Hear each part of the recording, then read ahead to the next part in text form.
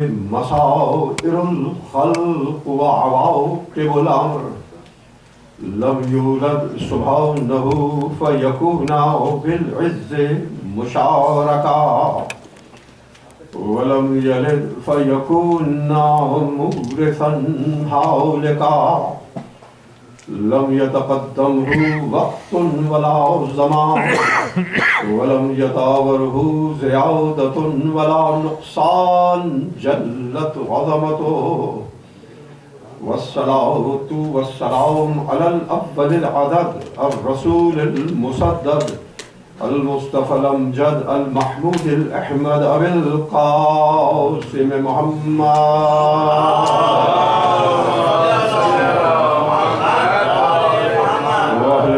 الطيبين الطاهرين المعصومين المظلومين الذين أذهب الله عنهم الرجس وطهرهم تطهيرا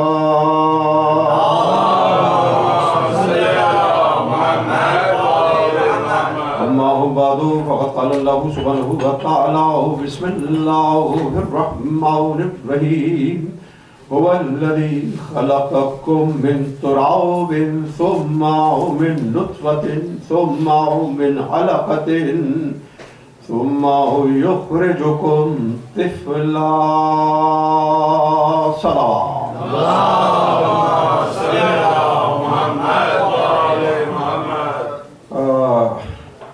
Hazrat Aalim Hussain and in the grief and the sorrows of Ahlul Bayt alayhimus salam, brothers, sisters, boys and daughters, girls. This night is the night of the 7th of Muharram. And we are entering at another serious phase of the Azadariye Imam alayhi salam. This is the night whose day brought the thirst and restriction upon the waters upon Ahlul Bayt alayhimus salam as well.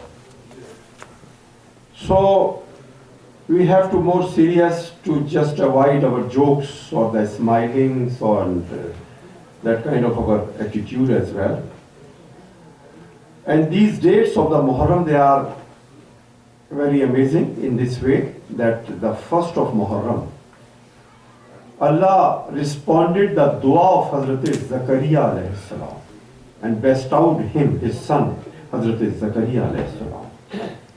The third of the Muharram, Allah subhanahu wa ta'ala made it, set it off the fire upon Hazrat Ibrahim alayhi salam. The fifth of the Muharram, Hazrat Musa alayhi salam crossed the river of the Nile. Hazrat Zakaria alayhi salam found his wish. Hazrat Ibrahim alayhi salam was saved by the fire of the Namrud. Hazrat Musa alayhi salam was saved from the Pharaoh and his troops as well.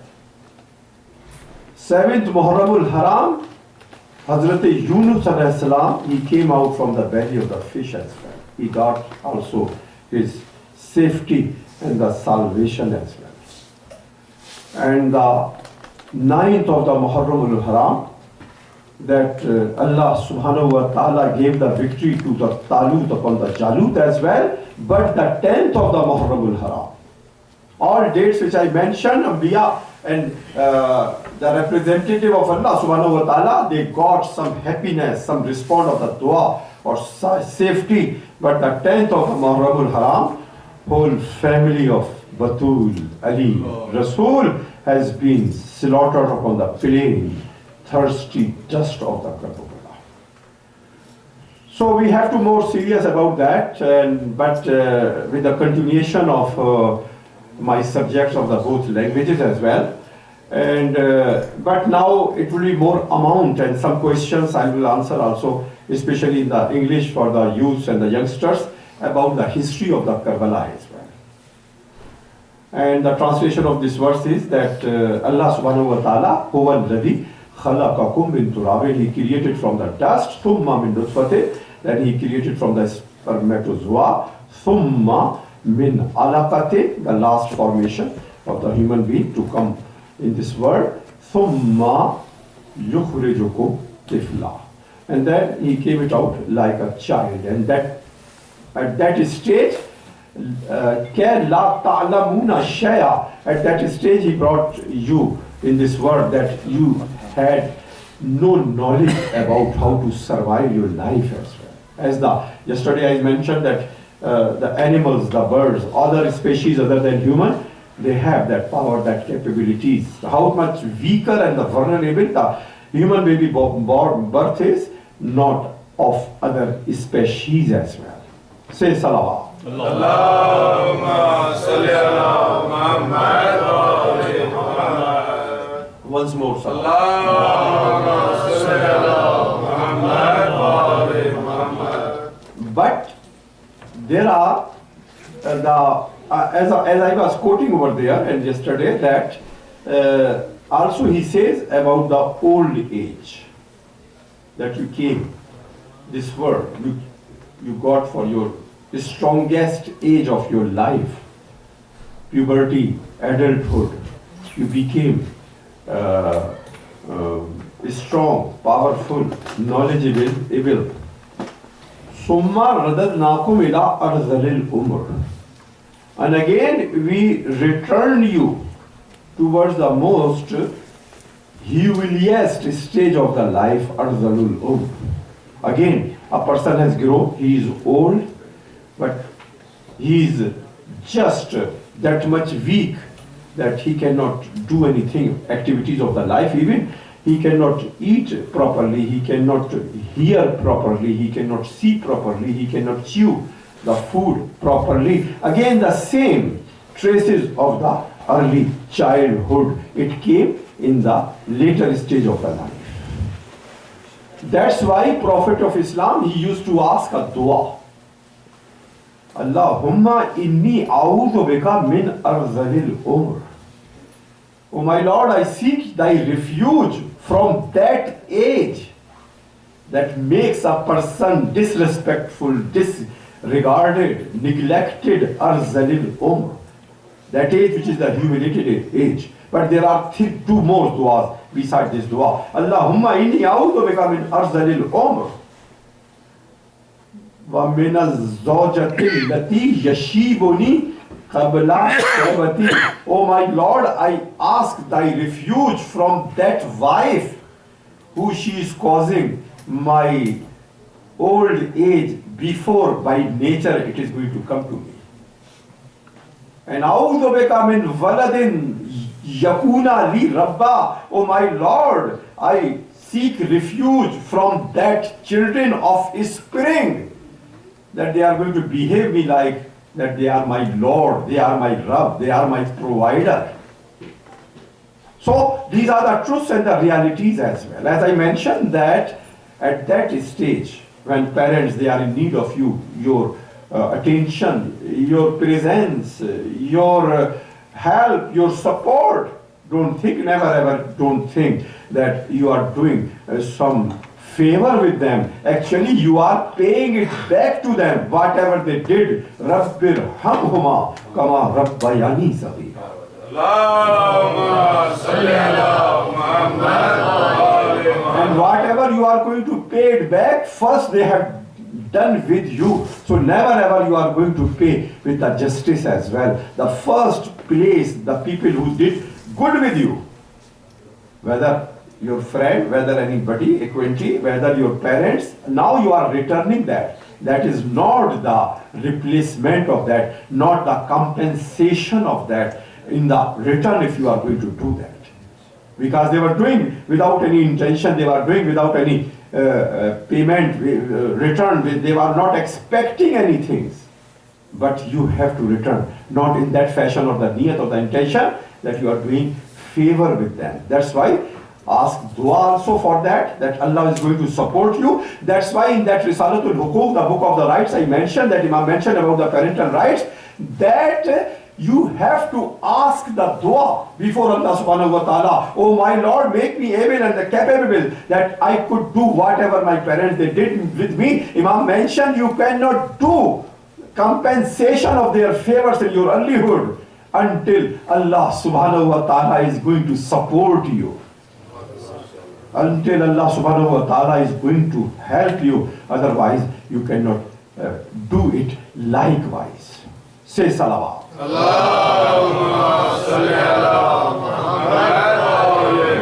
Someone asked from Imam alayhi salam, Imam Jafar Sadiq alayhi salam,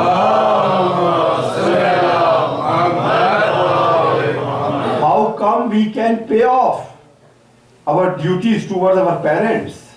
Imam mentioned with 3 ways.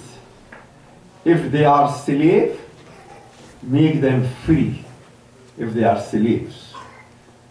If they are in debt, pay off their debts as well. Over here I have to talk one thing. If they are in debt, like these days credit cards or bank limits or mortgage kind of thing, it's apparent phase of this thing.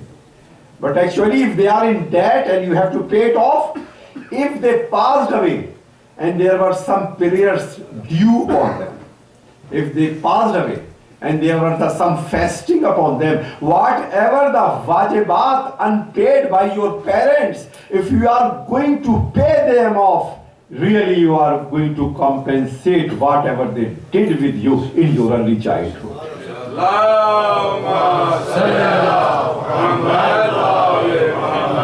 So these are the things, if you could do that. And amazing thing, I would quote you from the fiqh, from the book of the hudud and the diyat. Amazing thing in Sharia, that if there is someone who is deserving the Jahannam, bad luck, shaqi. Why I'm saying these words? If that person is going to kill his father, that much nasty, that much shaqi. There are no translation in English of the shaqi. Like we can say bad luck kind of thing. It's very small things against the shaqi. If he is going to kill his father, and vice versa, if father is going to kill his son, so all hudud, all recompensation, all whatever the charges they are upon the father to kill towards his son, they will be applied, except that father is not going to kill by the killing of his son in the Sharia. Could you believe that? Even this is a murder, this is assassination. He put him death. It would, whatever the lifelong detention in the prison, whatever the most worst treatment and the charges and that kind of would be applicable upon him. But in compensation, qisas, never father is going to kill against his son to whom he killed. But if son has killed the father, he is going to be killed against the father. So you can imagine nowadays they say that every relation is reciprocal and the vice and versa. Even in the murder, Allah subhanahu wa ta'ala never made equivalent father or parents with the son and the offspring as well.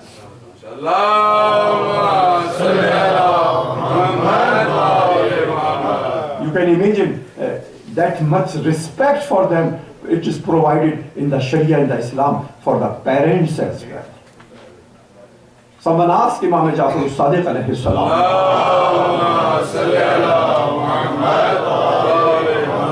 he was a father. He asked that sometimes I'm in need of some money and I have no money by that time. Can I take out the money from the pocket of my son without his permission, without his knowledge? Imam mentioned, of course you can do that. That person was amazed. He asked that, how come that was the earning of my son? How come without his permission I can earn it, I can take it out from his pocket? Imam mentioned, your son of course is your earning. Say salawat.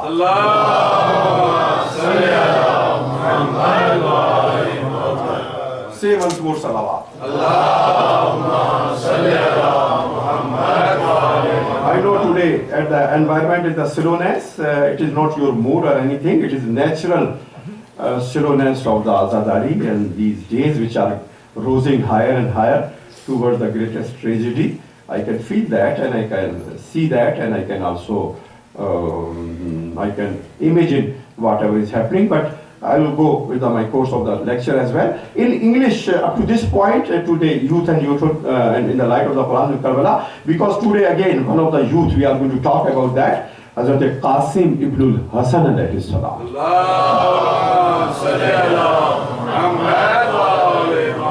Yesterday, we talked about the Masaib of two sons of Hazrat Zainab and Muhammad alayhi salam, and today Hazrat Qasim alayhi salam. And there are a couple of things that arises in the mind. I want to solve them. And one is that.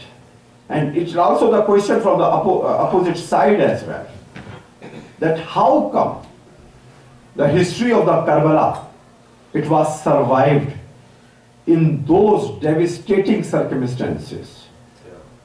Like we have almost a total detail that what Rajas, that epics, they were pronounced and they were told and they were like a slogan, braves they used to do that, were spoken at that day and they are preserved in the history.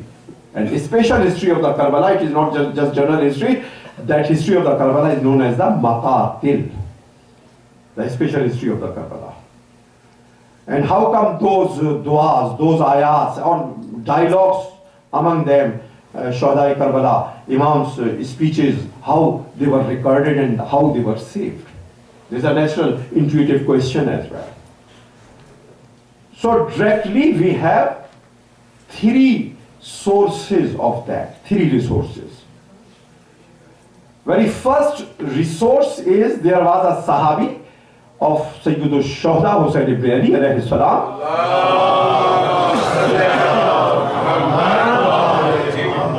Once more salawat.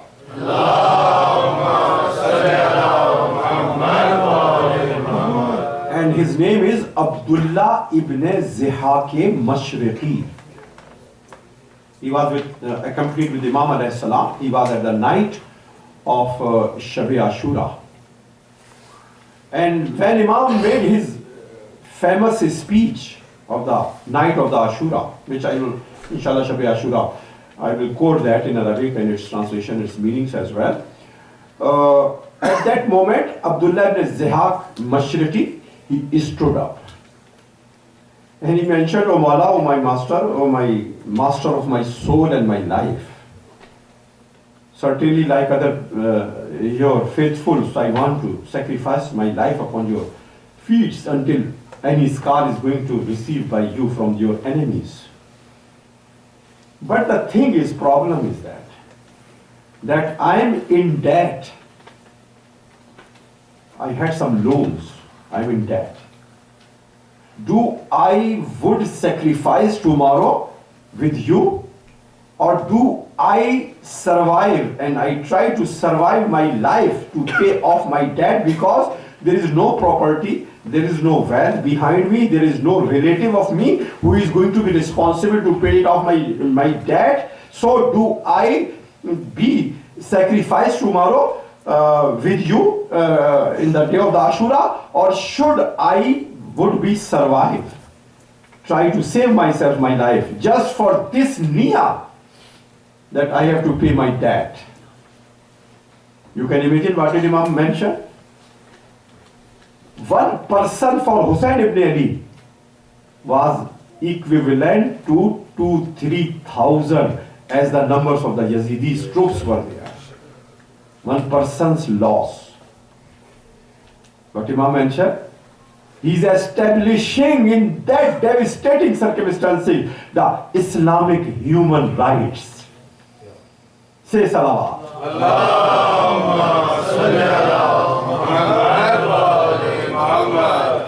Imam mentioned that you have to try to save your life. If nobody is going to pay on your behalf your debt, you have to save your life. You can imagine how much it was a big saadat and the luck for him and for Imams, or support of one soldier equal to that relative numbers of the Yazidi troops, equivalent to 2,000-3,000 soldiers. But still Imam mentioned that you survive, you save your life, and stay tomorrow up to that time that you feel danger and threat to your life. So Abdullah ibn Ziyad al-Mashriqi, they stayed over there up to the after Zohar a little while. He was over there. And at the night of the Ashura, a horse Imam saved for him behind the tents and the khayyam. And when it came after the Zohar, Imam also felt that now Abdullah ibn Zihaq's life is in danger and threat. Imam ordered him, asked him, leave the plains of the Karbala, but go that much far away that you wouldn't hear my sadai voice of the istighasa. Go that much far away. If my voice is going to come to you in your ears, Hal min Nasirin Yansuruna, and if you are not going to respond it, you are going directly face down in the hell, in the Jahannam. So Abdullah ibn Zahaq al-Mashriqi, they left the plain of the Karbala, and because he was an eyewitness as well. So he wrote, I witnessed Maqtal of the Karbala up to the Zohar time, and it was surviving, or it is still surviving in any form. And after that, centuries after, the great historian Tabari, his famous history, the Tarikh-e-Tabari, he also get the benefited of the Maqtal of Abdullah ibn Zihaq al-Mashriqi. So there is the first source, first hand source, eyewitness source of the Abdullah ibn Zihaq al-Mashriqi. And second Maqtal, same day of the Karbala, we have received from Uqba ibn Sam'an. Uqba ibn Sam'an, he was performing a duty like the secretary of Imam. And actually he was the slave of Bibi Rabah.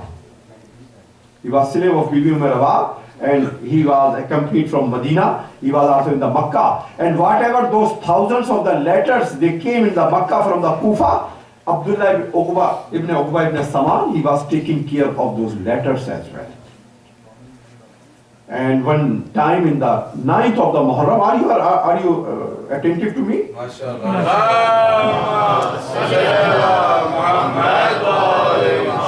Are these important informations which I am providing? Okay, come forward then, please.